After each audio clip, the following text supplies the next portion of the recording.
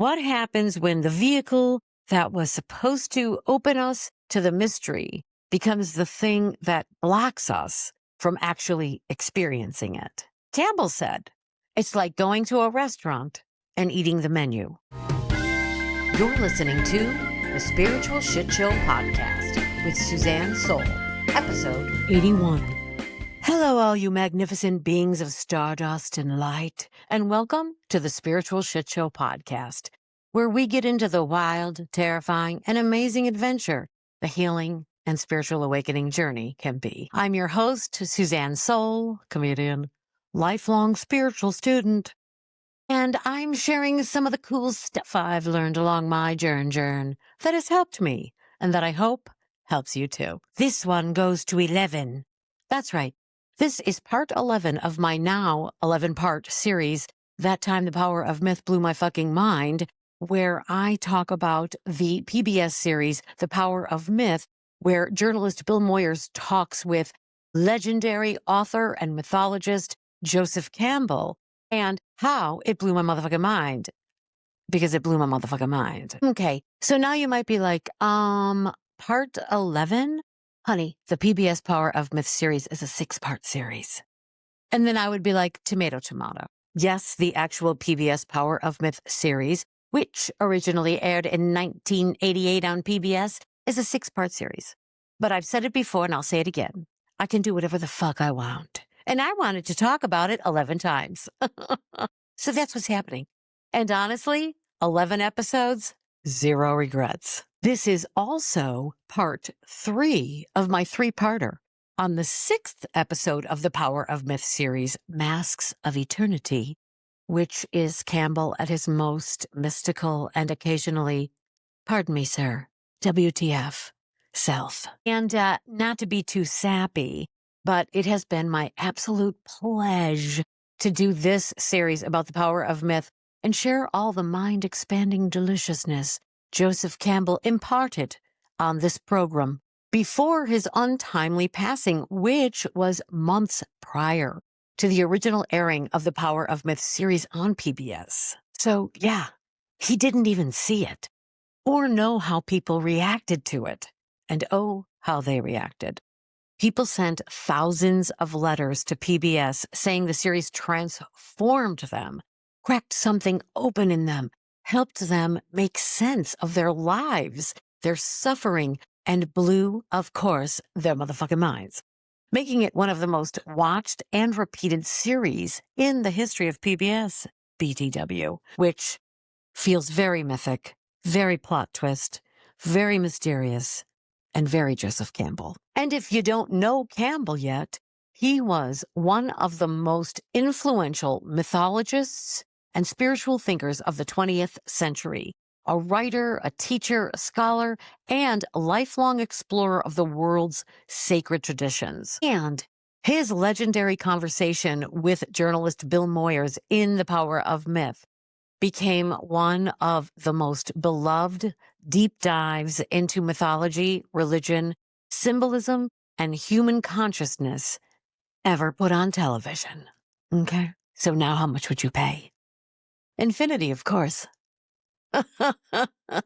And so in part 3 of my 3-parter on Masks of Eternity, we're going to get into how Campbell basically pulls the floor out from under certainty and absolutism and suggests that our image, aka our mask of God, might actually become our greatest spiritual obstacle.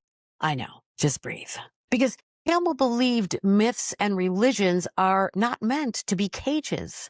They're doorways, symbols, pointing past themselves towards something alive, mysterious, and ultimately beyond words. Which makes me think of something 1960s spiritual teacher and author Ram Dass used to say. The thing about a method, aka a mask of eternity, is that for it to work, it has to trap you. Meaning you have to get fully into the teaching or the practice or the path for it to actually transform you. But the point isn't to stay trapped there forever. Like for meditation to transform you, you need to become a meditator for a while. But if you end up permanently attached to being a meditator, Ram Dass says you've lost the plot. Because the goal isn't to become a meditator.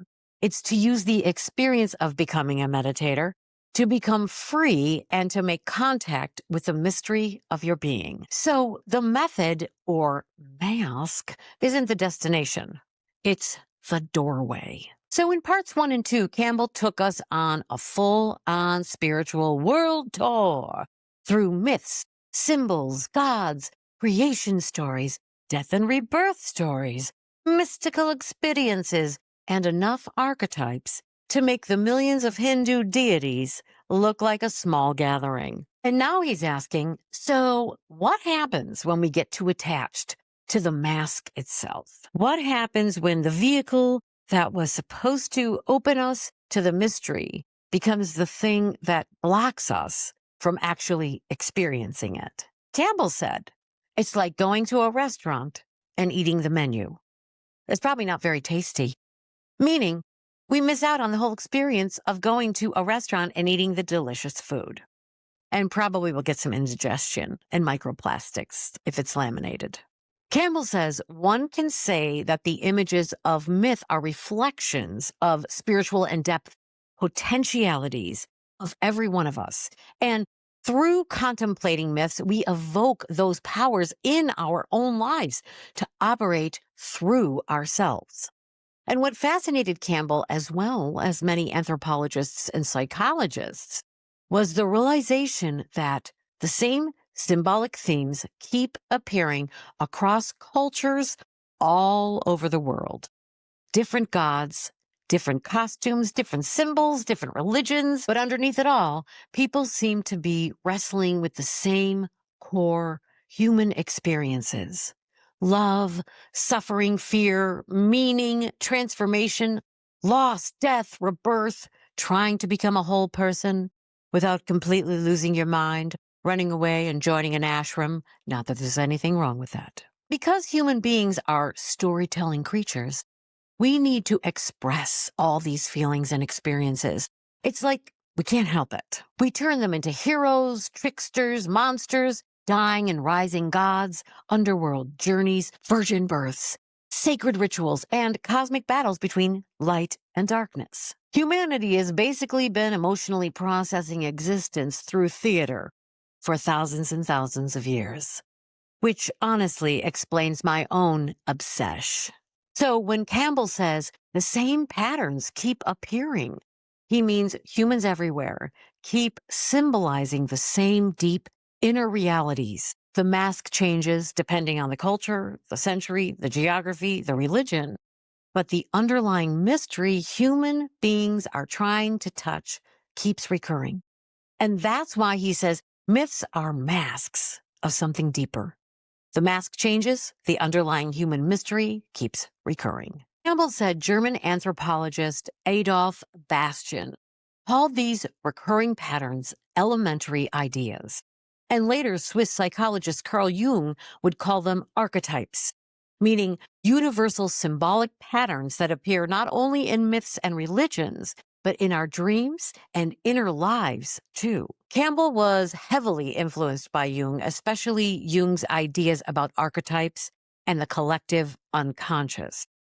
The idea that humans share deep symbolic patterns, which can be seen in all of our stories and in our cultures. And FYI, archetypes are symbolic expressions of the human psyche dressed up in myths and also in dreams, according to Jung, as characters and stories, while secretly exposing all of our cramazingness. There's the hero, the wise old guide, the trickster, the villain, the nurturing mother, the person having a complete existential breakdown in aisle 7 at the grocery store. Humanity just keeps remixing the same spiritual and emotional material in different costumes.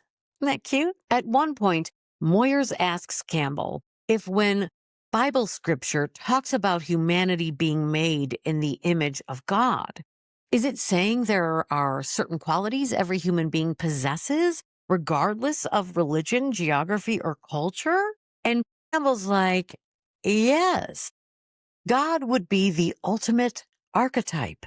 the ultimate elementary idea of humanity itself, which is a pretty wild thought if you really sit with it, because now we're no longer talking about God as belonging to one religion or one tribe or one system. We're talking about a universal idea of the mystery of being that expresses through human beings everywhere. It's pretty groovy.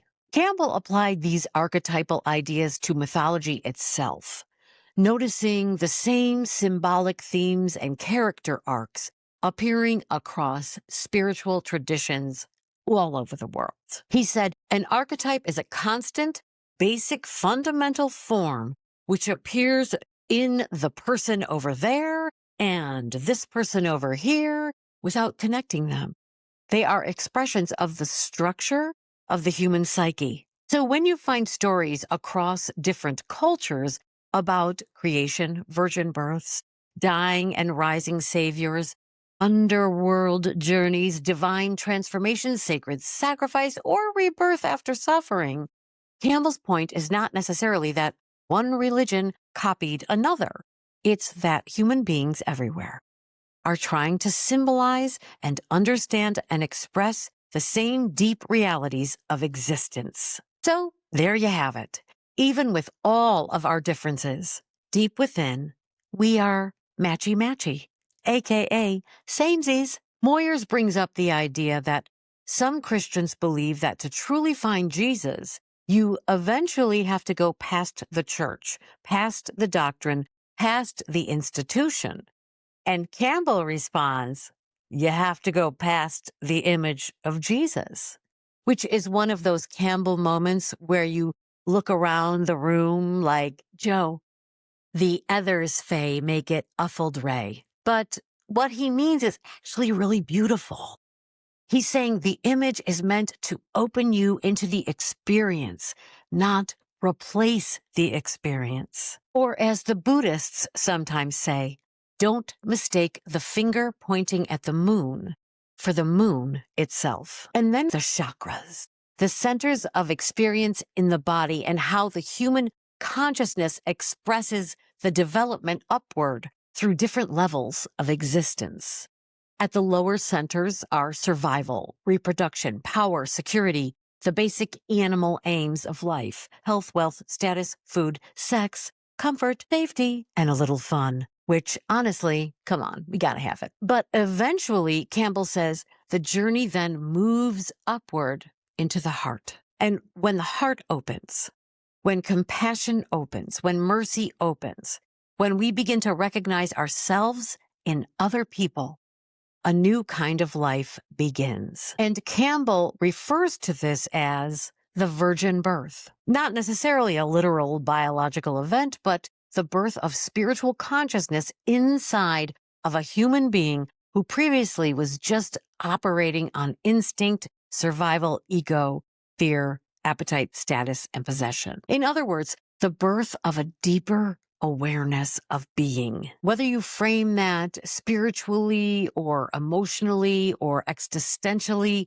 I think a lot of us know what that feels like. Those moments that cause you to open and you realize there's more going on here than just surviving your calendar. And a really cool thing that Campbell and Moyers also talk about is what psychologist Abraham Maslow called peak experiences. And this is such a great example of experiencing the mystery. And most of us have had some version of this experience, even if we don't use mystical language for it. Athletes call it being in the zone. Artists call it flow state. Musicians disappear into the music. Sometimes you're driving at sunset and listening to the perfect song.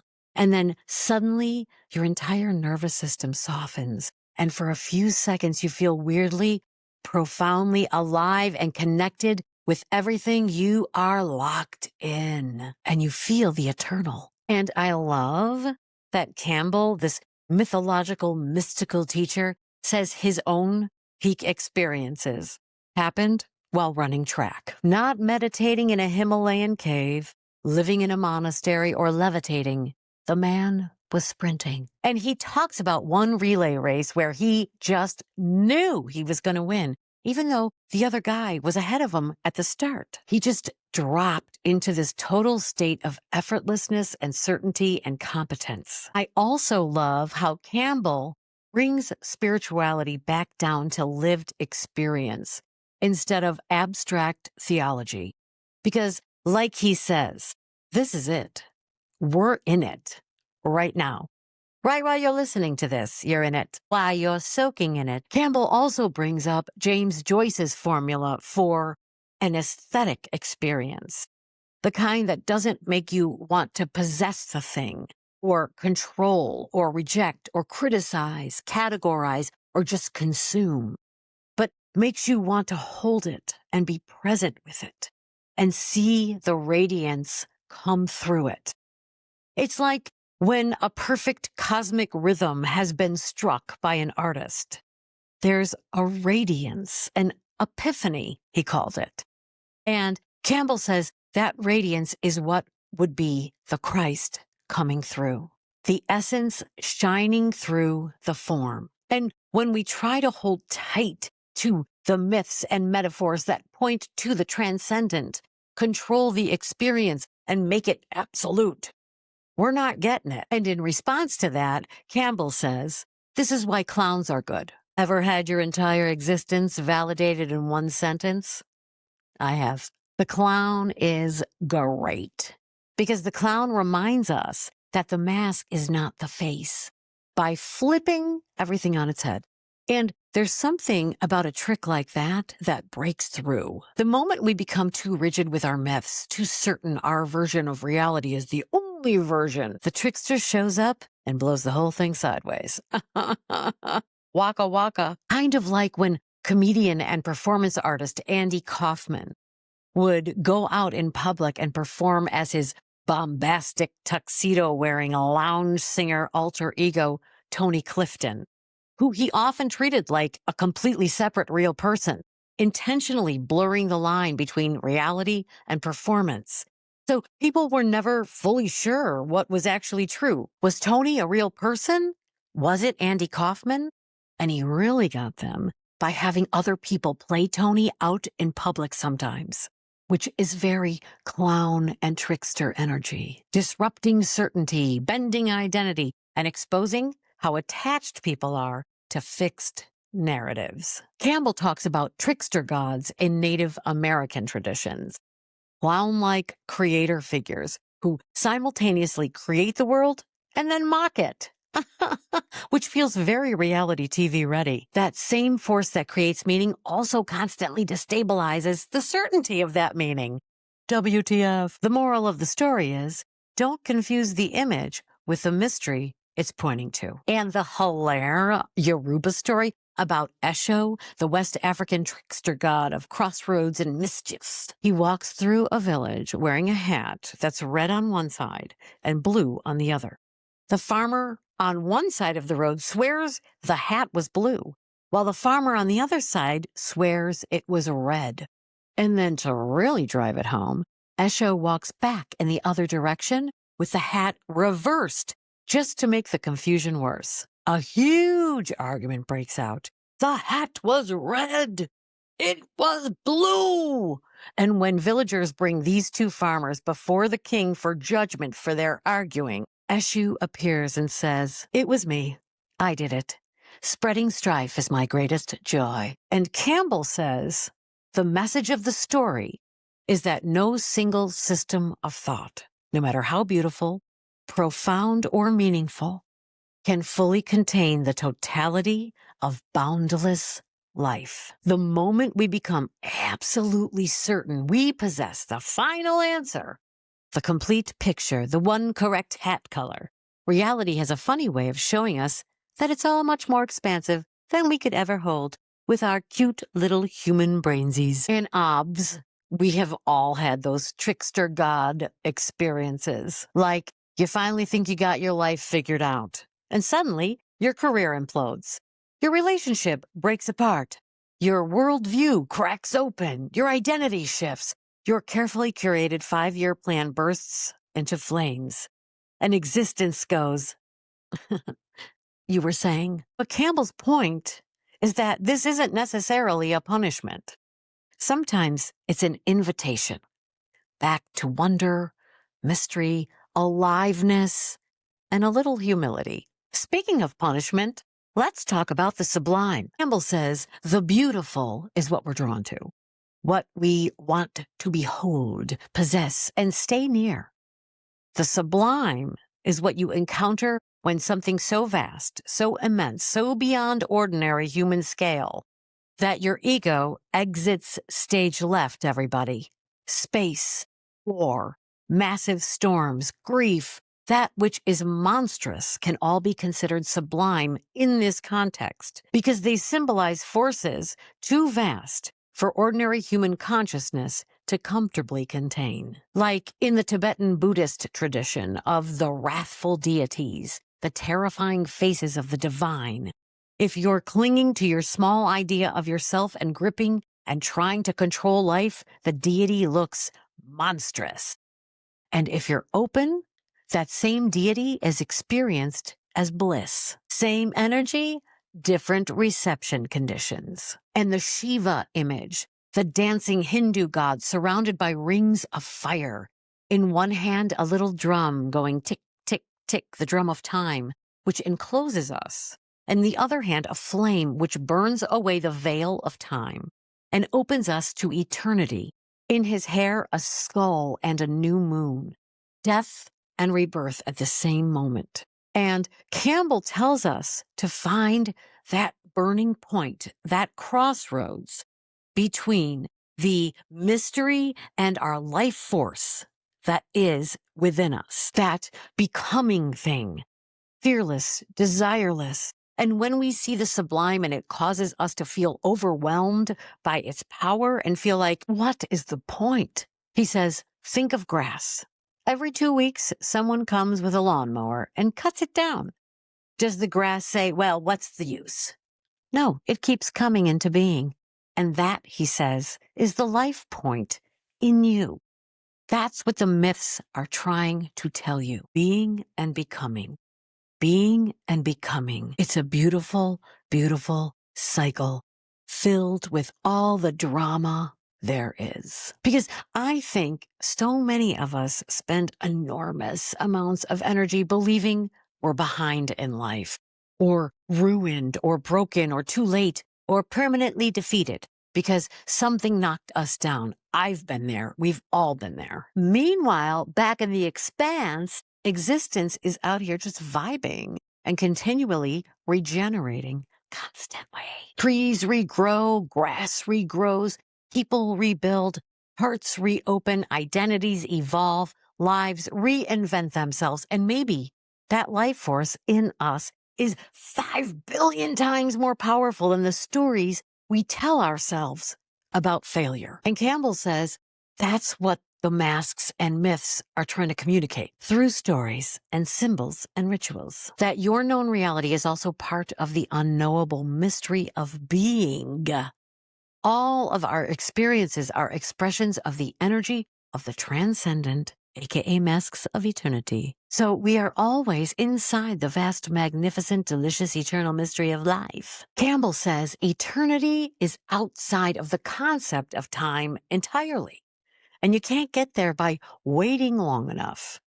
You can only get there by being fully, completely here, now, in this moment. He says, if you don't experience it now, you're never going to get it because it's only now. That's why he's saying that, because it's just now. It's always ever now. Isn't that groovy and also kind of wild? Which suddenly makes being in the present moment feel a lot less like a wellness trend and a lot more like maybe the whole point. Because like when we're constantly in the future, like we're trying to analyze and control the big picture of our lives while we're living them. What should I be doing with my life? Let me show you this spreadsheet that plots out my life plan for myself. And not that planning or goal setting is a bad thing, because it totes isn't. It's totes delightful and a thing we can do. But we don't want to get trapped by it because we also want to experience the present moment. Campbell said Schopenhauer had a revelation toward the end of his life that he said, when you reach a certain age and look back over your life, it seems to have had an order. It seems to have been composed by someone. And those events that, when they occurred, seemed merely accidental and occasional and just something that happened, turned out to be the main elements in a consistent plot. He says, who composed this plot? Just as your dreams are composed by an aspect of yourself of which your consciousness is unaware, so your whole life has been composed by the will within you. Just as those people whom you met by chance became effective agents in the structuring of your life, so you have been an agent in the structuring of other lives. And the whole thing gears together like one big symphony, everything influencing and structuring everything else. It's as though our lives were the dream of a single dreamer in which all the dream characters are dreaming too. And so everything links to everything else, moved out of the will in nature. You look back and realize that the thing that felt like the worst interruption of your life actually became the doorway to the next chapter. Well, when Campbell's students asked him, what should I do with my life? Or how will I know what's right? He famously told his students, follow your bliss. There's something inside you that knows you're in the center, that knows you're on the beam, that knows when you're off the beam. And if you get off the beam to earn money, you've lost your life. Because the true essence and experience of our lives is beyond the economic structures and social structures, relational structures, and even the structures of our own identities to ourselves. Ever changed as a person? Well, where'd the other guy go? Case closed. At one point, Moyers says to Campbell, I've always interpreted that powerful, mysterious statement, the Word was made flesh, as the eternal principle finding itself in the human journey, the human experience. And Joe drops this on him. Everything that's transitory is but a metaphorical reference. That's what we all are. And to see the Word as your own radiance and the radiance of everything.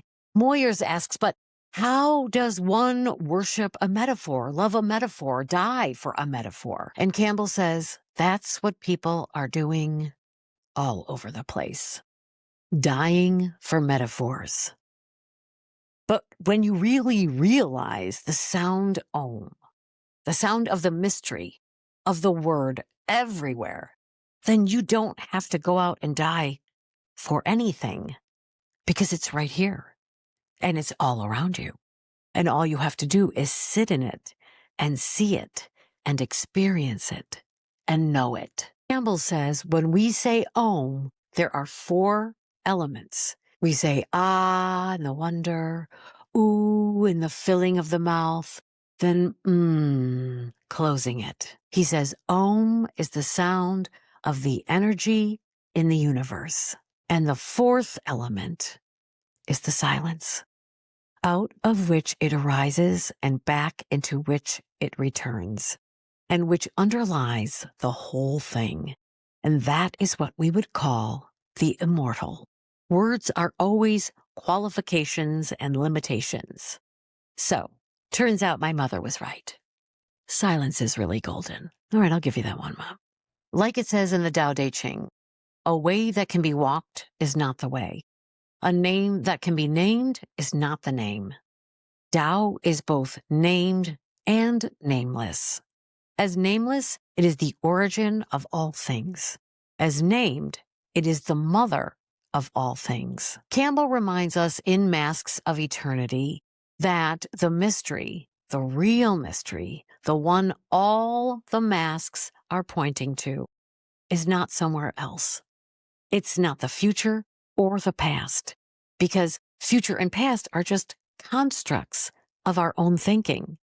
The kingdom, as Campbell quoted, is spread upon the earth, and we do not see it. Eternity is here. The mystery of being is right now, in us and as us. Y'all, thanks for coming to my chitty chat about the power of myth. with Joseph Campbell and Bill Moyers. Highly recommended, 10 out of 10. It has been such a cool experience talking about Joe Campbell's work. This is the end of my Power of Myth series, so thank you very motherfucking much for joining me. Anyways, as always, this has been the Spiritual Shitshow podcast. My name is Suzanne Soul, and I'll see you on the next one. Roll it.